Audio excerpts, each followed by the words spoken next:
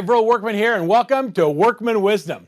You know, it's another great session in our weekly video blog about how to focus on the future, things that you can do today in your business that will help you think strategically going forward. Today, I want to talk about a SWOT analysis. Now, for my coaching clients and people who have been through coaching with me, they know that we do SWOT analysis as part of the overall business plan. But for the rest of you that have never worked on a SWOT analysis before, I want to take you through how we think strategically about our strengths and our weaknesses, how we identify opportunities and threats, and then how we apply all that together. So let me take you through and first explain what a SWOT analysis is. SWOT stands for strengths, weaknesses, opportunities, and threats. Strengths, weaknesses, opportunities, and threats. Now, I'm going to say that when I do a SWOT analysis, I like to break them into two categories. The first one is internal, and the second one is external. So let me give you an example of what I mean by that. So if you were to just draw on a piece of paper in front of you into four quadrants, just like a cross, you've got strengths above that and weaknesses. Now, your strengths and weaknesses are personal to you. These are your internal strengths. What are the things that make you great? And I want you to be genuine, authentic with how you fill this out. I don't want you to be what you wish you were. I want you to be what you actually are. So when I talk about strengths, let's list some things that are strong, that may be your strengths. I might say things like great negotiator, negotiation, attention to detail,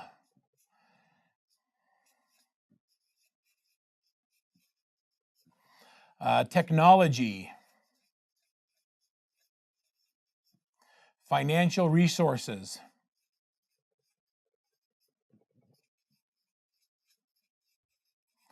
what are some other strengths that you might think of? I love prospecting. One of the ones I hear from everybody is, I'm really a people person. People love me. So I'm going to put friendly. We could go down the Scout motto and say, courteous, kind, obedient, cheerful, thrifty, brave, clean, and reverent. But that's not what I'm looking for. I'm looking for the things that make you really great as a real estate agent. What are your unfair competitive advantage? What do you have that's just not fair to everybody? What are your strengths? What are you passionate about? How about market knowledge?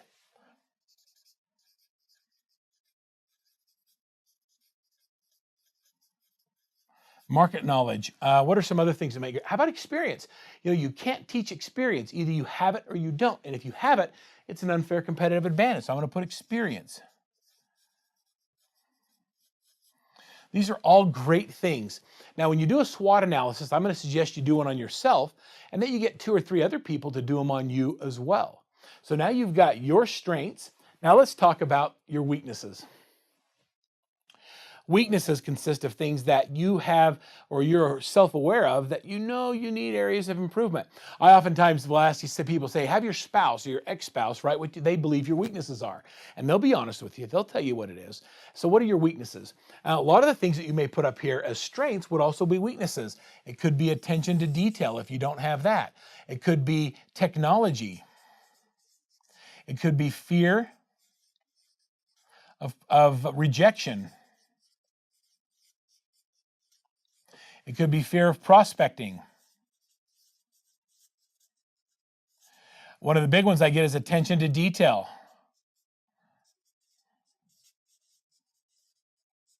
Technology. You know, it's interesting. If you have a high attention to detail here, that wouldn't be a weakness down here. So this would be for a different person that didn't have it as a strength, would put attention to detail as a weakness below. Technology could be both. I love technology, I'm really good at it, but the reason I'm not successful is because I spend all my time on Facebook. So technology could be a strength and a weakness. It could be both. And you have to be aware of that. Other weaknesses might be time, lack of time. Now, Bob Corcoran, great coach, taught me that time, the great analogy or the great acronym for time is that is my excuse. We use I didn't have enough time as our excuse not to do things. Well, I will tell you this, that lack of time usually isn't the problem. It's how you apply your time. It's not time management you have an issue with, it's me management. And so you have to get better at managing me. We'll talk about that in future sessions at how we really focus on managing our time based on the priorities that we set in our plans. So we've got strengths, we have weaknesses. Capital could be a weakness. Let's write that down. No money. All right, so we've got strengths and we've got weaknesses. Now, let's talk about opportunities. What are some of the things that you see out there as opportunities you're currently not taking advantage of?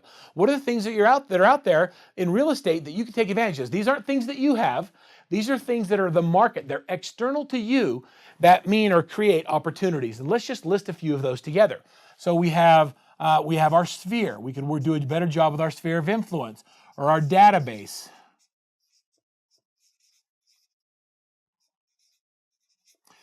We could do for sale by owners, expired listings,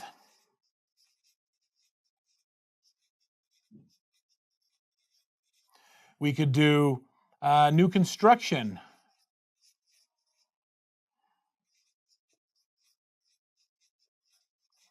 how about divorce attorneys,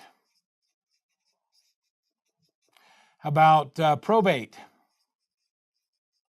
how about open houses? How about a geographic farm? How about client appreciation events? How about geographic farm, open houses, probate? How about internet? How about high volume lead generation systems? Basically buying leads. When you look at all of these different ways, now we can come up with another 20, there are a lot of opportunities out there that you're currently not taking advantage of. And then last, threats are something that you don't have any control over, but you should be absolutely aware of. For example, a threat might be rates going up. It could be a war. It could be an election. Who knows what's going to happen with the results of our last election? These are all potential threats. It could be, if you're paying attention to the trends that are out there and the people that are still behind on their mortgages, there could be an opportunity there or a threat that could hurt real estate business. Threats are things that you need to be aware of, but they don't necessarily create any kind of an action item. So we want to know about it. We want to pay attention to it so we can adjust our business accordingly, but I'm not going to spend a lot of time on threats. The next thing I want to talk about is you've done your SWOT analysis now is how do you look at your strengths and your weaknesses and opportunities and put it all together? Let me give you an example.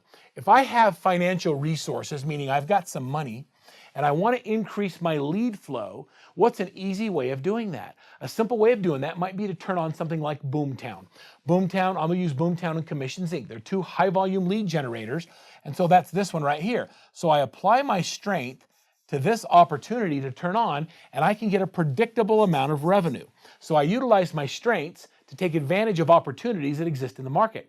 If I don't have any money, but I've got some listings, then I can turn on an open house program. And I do open houses on steroids. So if I don't have financial resources and money is my issue down here, then I have money, I would go up here and I would say, you know what, I really want to work on things that don't cost me money. I can do open houses, I can do my geographic farm, I can do FSBOs and expireds. And so I can have 3 different pillars that don't cost a lot of money or resources to be able to work. Look, you can knock on doors. It doesn't cost you any money to go out and knock on doors. The worst thing has already happened. You already don't have their business. So knock on the door and just ask the question, hey, I just wonder if you guys want to move. And then help them with the answer by nodding. Yeah, I think I do. Knock on doors, say hello, get to know the neighborhood, let them know about something that's in value, and never show up empty-handed. Always show up with something of value that you can give them just for taking time to talk to you. The cool thing about this is it doesn't matter what you do. It matters that you look at your strengths, apply them to the opportunities to intentionally create the business that you want. That's the key in understanding how to utilize a SWOT analysis. Last thing I'm going to talk about weaknesses.